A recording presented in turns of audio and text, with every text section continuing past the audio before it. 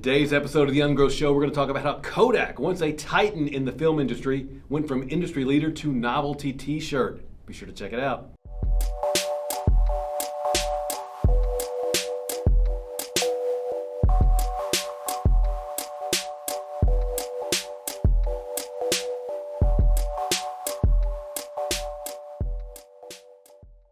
Today we're going to talk about a company that has great memories for everyone's childhood that was born before 1995. You guys starting again.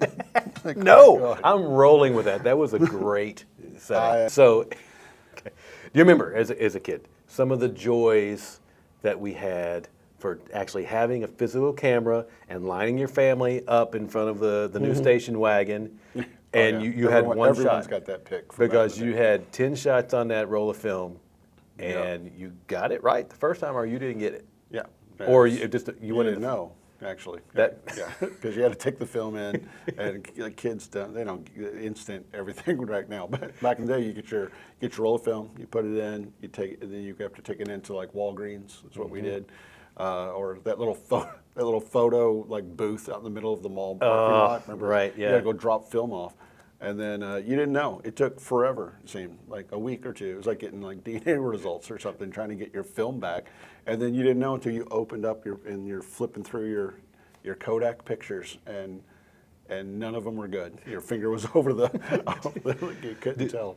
Did you ever get the righteous backhand in the back seat, and you didn't know why, but it was because you were making a face during the picture, and your mom just happened to open it up while you picked it up to the drive? Backhand in the back seat for a lot of reasons. Yeah, absolutely. But back then we didn't have to wear seat belts, so I was able to dodge most of those. Just hopped in the back. Yeah. She's swinging like a crazy person, but yeah. But you would do things on the Kodak. Oh, you would just make a face, or pinch my sister or something. Make her make a face. Yeah. During the 3, 2, 1 countdown. She's looking at the family photo. She's looking at it, you're and the one being a moron. And mom realizes that the family picture has been ruined, and because of you. And that canister of film probably cost $4 or $5 at that time. Canister of film. Yeah. Or the roll. Could have fed the whole family for a week back then. Yeah. Right. Well, that's what you had, and it would end up on your grandmother's end table. Yeah. For the next 30 years. Yeah. And they'd frame it anyway. Right. Had to. Put it in an album. You didn't have a choice. Now still have those. I still have like albums because they mean pictures. something. Yeah. Now photos are so disposable. You take 17 versions of the same photo, and then you feel guilt when you have to delete them. I don't take that many, and I don't feel any guilt. I do feel guilt because I feel like I'm disrespecting my children in some ways, like deleting their photos. Trash. This is awful. It's awful. Yeah. So what I'm saying is, technology has made my life much more stressful, That's what it sounds like. especially in the area of digital photography. So we're talking about Kodak today. Kodak. Is this an Ungrowth story, or is it just you and I remembering this is really just kind of counseling for me. Okay, just trying to talk you off the ledge. Well, yeah, I'm happy to do it. So we're talking about Kodak. I don't know how true it is, and if Braden would look it up. But how did we come up with the name Kodak? Oh, I don't know. I don't even know. I know Mr. Eastman is the one who started the whole deal, I don't think he included it. Well, somebody will have to put that in the comments of, this is where Kodak. Tell you where I think it was. Are you going to make something up? No, I'm not making it up. I think it is. I think it because that was the sound it made when you hit the button. Kodak. That's terrible. That's not true. Well, take it up with Mr. Kodak. Oh, maybe it is. If that's really what it is. I don't know. That's what I heard. Okay. Well, I've heard a lot of things though. You are going to see it in the comment because I'll put the comment in. Right. Yeah. Just go ahead and comment and tell us where the name Kodak came from. Watch it be some type of really fancy acronym that is very scientific. Something better than what you just said. Not just Kodak. I will now forever with my phone make that. That's what I'm going to use when I say I'm going to make that sound. Well, they were once a titan in the realm of photography and film. Everybody remembers it, like we talked about.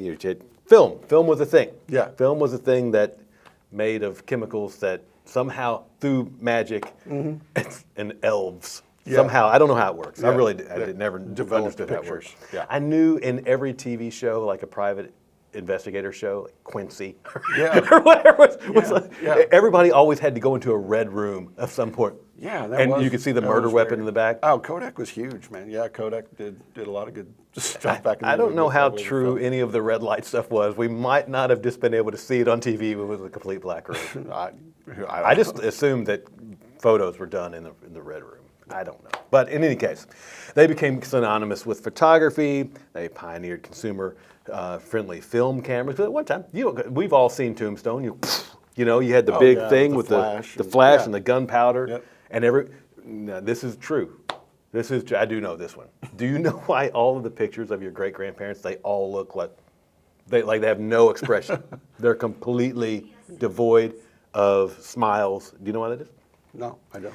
Because the film exposure took so long that they told them to stay completely still because they had to keep the shutter open that long. And if you smiled, then your face would droop and then you would just look like a ghost. That's why. That's why nobody smiles. I didn't know that. Yeah. Okay, learning something. Now we know.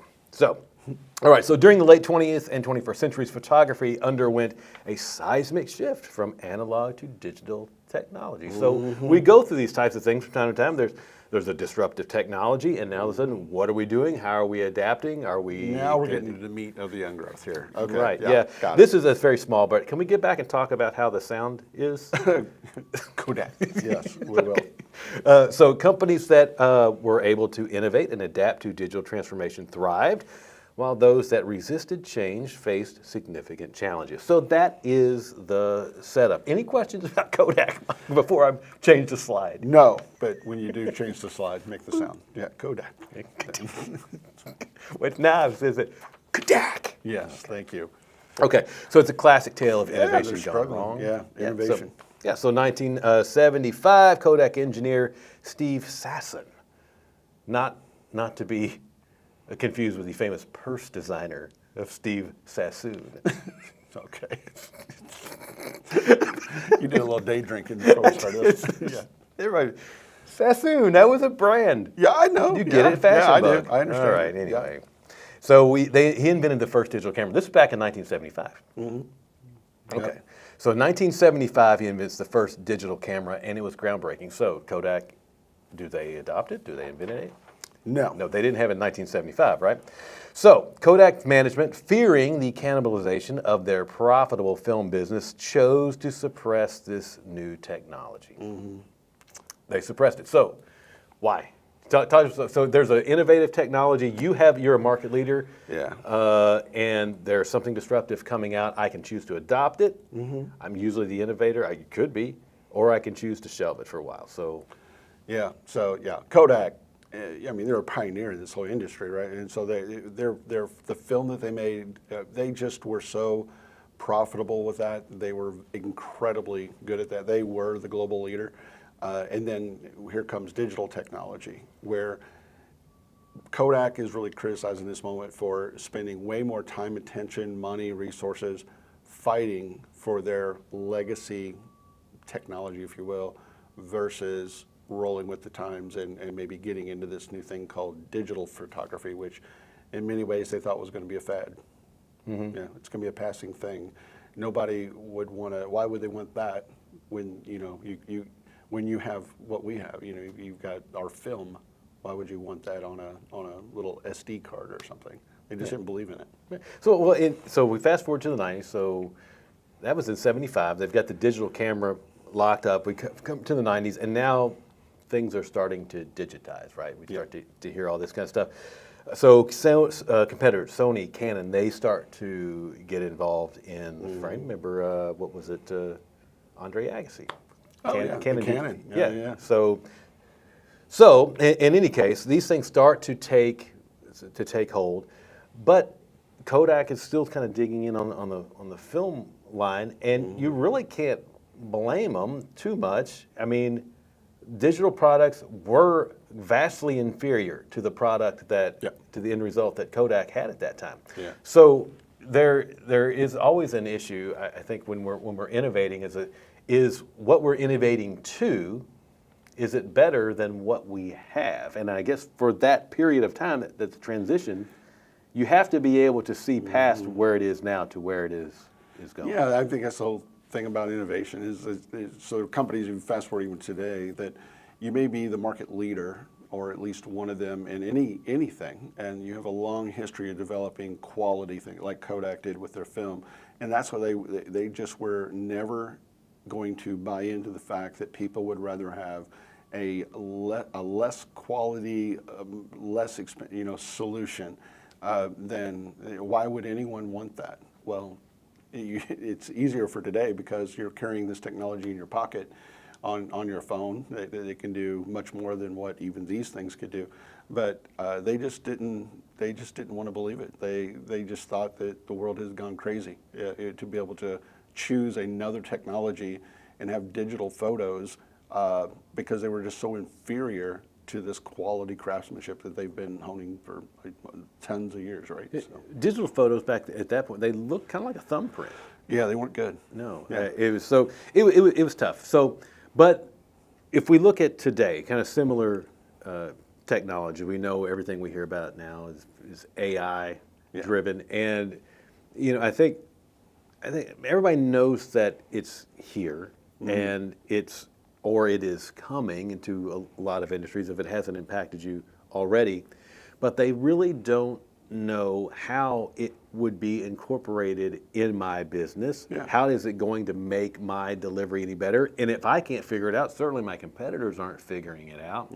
So how do we get in on the front end, if you even consider now still to be the front end of AI? Certainly there's a lot of runway to go at this point.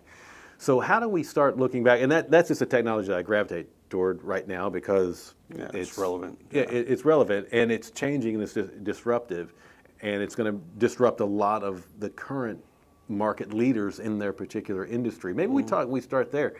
How is AI disrupting things right now, just in traditional businesses? Oh, what's crazy about the way AI is doing its disruption is because it is so easy to use, and in many ways it's free for a lot of end users to start creating some creative ideas around it, and that it's quickly displacing some jobs. I mean, and that's not something that we had really seen before, and also that it's not at this pace, not at this level, and the ease of adoption. So those things we're just at the front of it. And so AI isn't going away.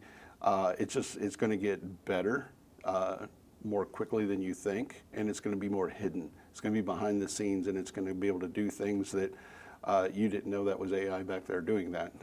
So a little scary at times, but when you look at that, because today we're looking at Kodak and saying, they were so focused in on what they've always been good at. They see this innovation. I mean, it wasn't like it was foreign to them. They saw it. They just decided not to do something with it, which is what we would call ungrowth. Right. If you're going to learn about it and you're going to ignore the potential impact that this innovation can have on your company, and you choose to do nothing, which is what they did, you're choosing to go down a path of ungrowth. So you look at it today and go, yeah, they're crazy. They should have done more with that. How did they not see the advantage of digital technology or digital photography? But you can apply it to your business today. It's like, how are you not looking into all the advantages that you may be able to gain through AI? I'm not saying you should do it, but you absolutely should be looking into it at a deep level, or else you could wind up like Kodak.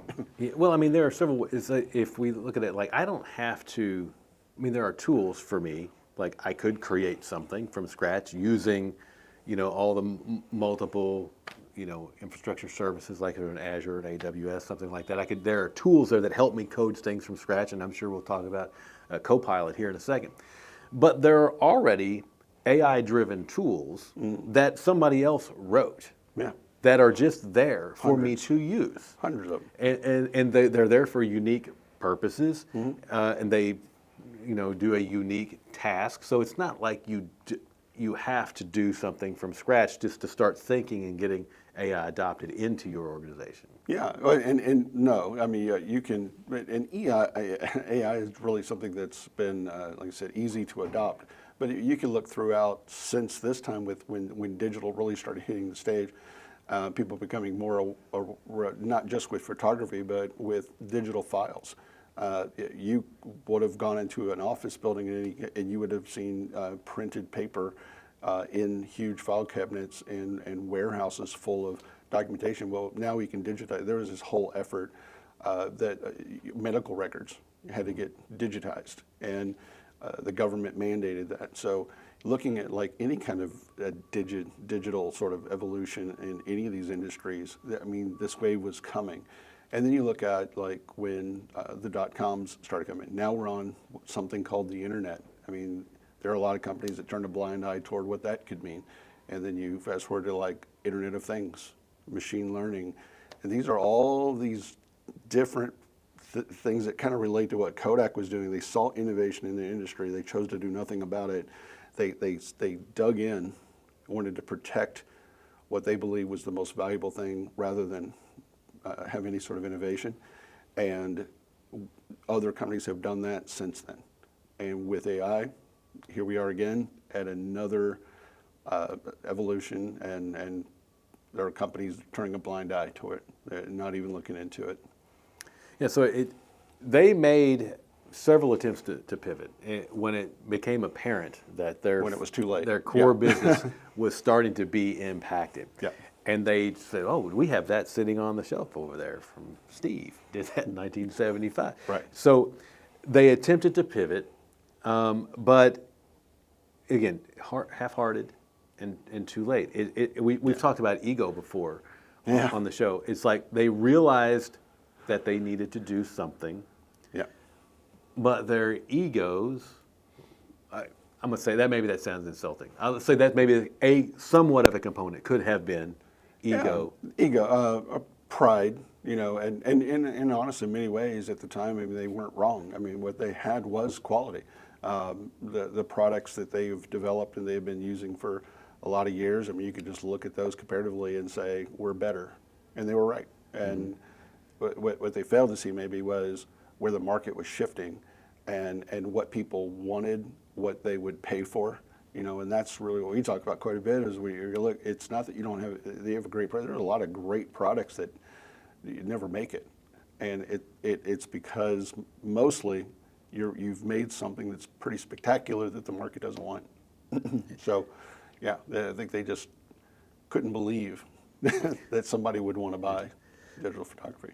And it's when you look at the avenues here that they could have taken, even if they did not fully say, you know what, digital photography, that's not our thing, but there are ancillary services around that that they could have gotten into, like the online photo storage or different other things in the photography realm that they did have expertise in, that they just, it seems almost stubbornly, and I wasn't there at the time, it just seems like they was, wah. Well, yeah, I think there was a lot of that. It was very similar to a Blockbuster story, but with a better ending, where Blockbuster, they're gone. And so, but with Kodak, they actually, a pretty good success story because they did get into the game late. They ignored this, stuck to their guns, realized they were wrong, got in too late. Competitors have well past them now in all of this, but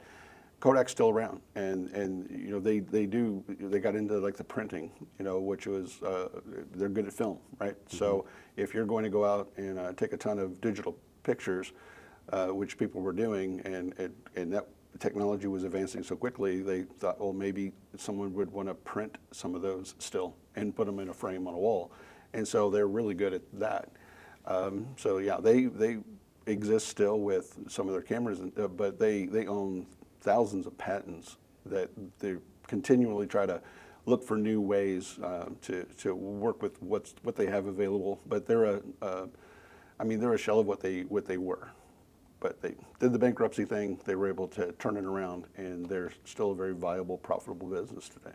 Yeah. So how can we apply some of those lessons? Because they went through. Look, you don't want to file for bankruptcy if you don't have to, right? Now, they emerged from that, and I mean, like you said, they're a shell of what they used to be. I mean, I saw them as a T-shirt shop the other day, just a novelty Kodak shirt. Iconic. It's like we know them, and so they did something right. It was an iconic thing. But if we look at some of those lessons that they learned, right? And I would think maybe embrace innovation early. Maybe not everything has to be innovated, but but that's really the moral of the story I see coming out of this is that if you're an organization in any industry, but I mean you look at manufacturing for example, and is anything to do with being more competitive in this world, especially in the manufacturing world, is that if it's the way it's always been done, and the product that you're making is maybe the best in the world. I mean, competition is coming for you because that's just the way that the world works. It's the way America works. Is that we're always looking to innovate and be better. But we do have the companies that just get, I'd say, stuck in their ways, but very proud of their history. But they have to have now, especially now with AI and everything else going so quickly, some eye toward innovation, a team, a partner that helps them weed through really this hype cycle of the next new thing. Because there's a lot of stuff out there. Companies could just waste money spinning up ideas and thoughts to try to be innovative that never hit the light of day. So you really have to take this look at it and say, what can we ignore out of all this? But what should we, where's the market trending? Where are we going? If you don't have like a visionary at the top of your company doing that kind of stuff, then you really need a partner or a team to help you look at your industry, look at your product, help you think of new and better ways to do things, healthy look at the competition, so you don't fall into this trap. And when you see, invest small pockets of maybe time or money to kind of prove things out, or else you could wind up just like Kodak. Well, if we look at maybe Microsoft as an example, they had really, if you want to say, the market cornered, on-prem Office suites, and we know there's Oracle and things up there that had it, but they really, with Exchange and there's people were on-prem, and that's what they did, and Microsoft went all in on cloud, and getting all of that transitioned out of their strength at that point. There's our main profit center, and said, you know what, we're going there. Right. And now that they're there, now they're a leader in AI and in cloud and security and all that. So they had an opportunity to just stay there and reap the profits that they had earned since the 80s. But they said, we're not content with that because there's this much more opportunity. So is the lesson there you may be risking maybe some of your dominance in this area, and it's scary because this is what your bones are in. But you've got to move because the industry is moving regardless of whether you do or not. That's exactly, I mean, that's where the world's going to head. And you think about, because we are Microsoft partners, so Microsoft's a very innovative company, and I was around when they made this big shift, and they had something called the Business Productivity Online Suite, BPOS. Never heard of it, didn't know what it was. And this, what they ended up doing was to take Exchange or Outlook in all the Office products, and they called it the Business Productivity Online Suite, which is now, it became Office 365, which is now Microsoft 365. So the very beginning of that, I remember Microsoft telling all their partners, this is what we're doing, and they were incenting people to take advantage of going to something called the cloud, didn't know what it was. And a lot of engineers who would take care of our customers and stuff with a different company back in the day would just say they just couldn't believe that anyone would put their data in the cloud, which is in a data center that you could not actually physically go to and put your hand on a server, because that was a sense of security that customers believe that if it's here on this box and it goes down, I can get this back going. But if it goes down in the cloud, I don't even know who to call. I'm just supposed to. What am I supposed to do? So there was this reluctance for like implementation partners to get their customers to take the leap into the cloud. So Microsoft said, well, we'll do it for you, or around you. We're going to get customers to the cloud because it just makes the best sense. And of course, that everybody's in the cloud now. It's not even a big deal. Back then, it took a lot.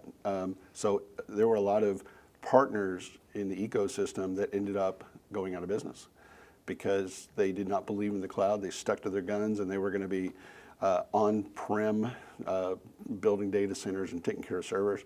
And that dried up. You didn't need those people anymore because the industry moved on.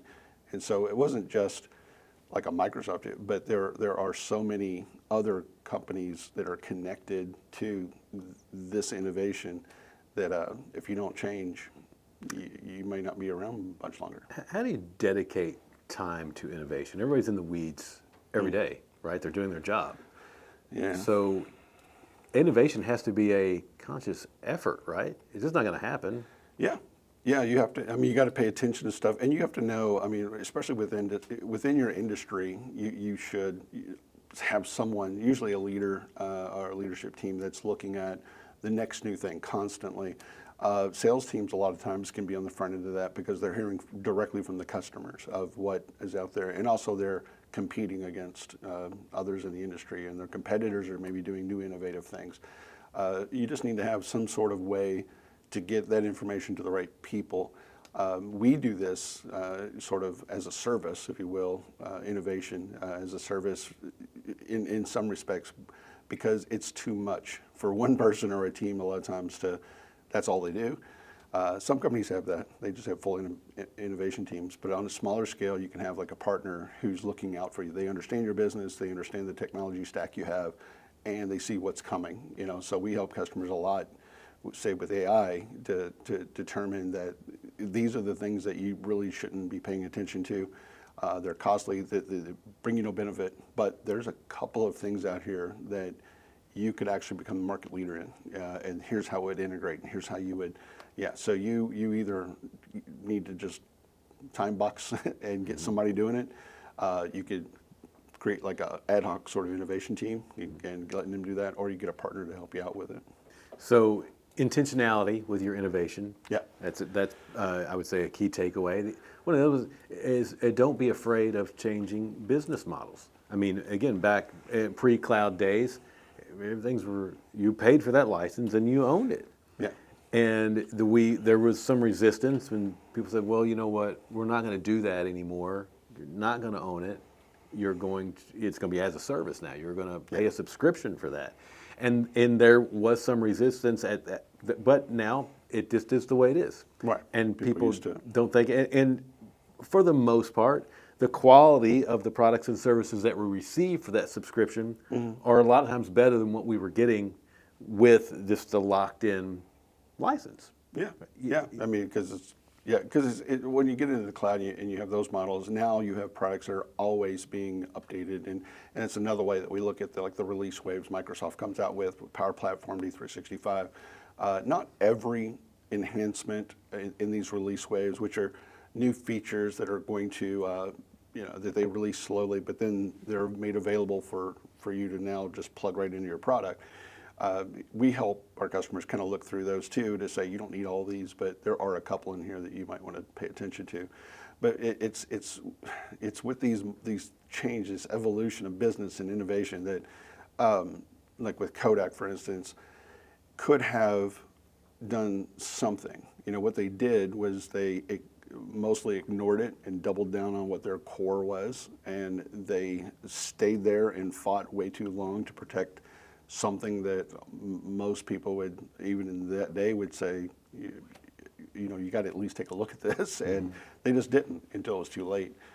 Where like today, I think you should have a team that's bringing these things up. You kind of vet them, and even if you don't have the money or the budget at the time to do them all, try some of them and roll it out in a phased approach, and that way you can say with some confidence that we are innovative, we are trying some new things, but we let some of these go.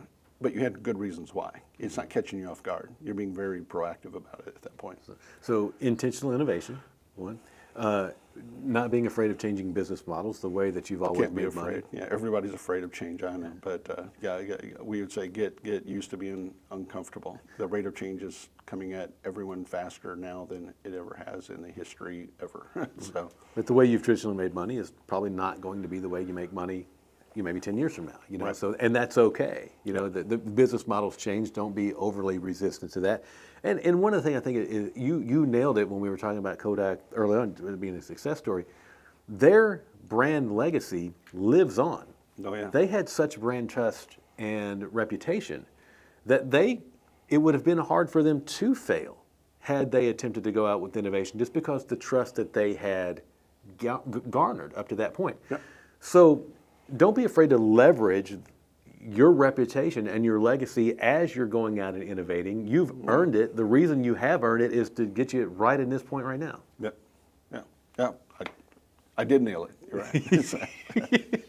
You nailed it. Okay, so that's our big thing for Kodak today.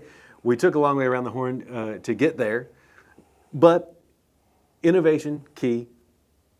Don't be afraid of it. Look at it, roll into it, make sure you're adapting to changing business environments. Don't just get so dug in and stubborn and egotistical in your ways that you refuse to see the changing and the writing on the wall. Yep. So, all right, Mike, wrap us up. You do the wrap up this time. I just would say, always be innovating. That's how you're going to thrive in business today. And right now in this era of AI, the good news is that everyone's sort of in the same boat. We're all learning it. Everyone's learning it right now. So don't ignore it. Assign yourself or somebody or a team to it and apply it to your industry and see what sort of cool, creative things you can do to help your business thrive. All right. Any suggestions that for companies trying to grow and innovate? Leave them in the comments. Be sure to like, share, subscribe. We look forward to answering any questions you may have. We look forward to talking to you on our next episode. Thanks a bunch.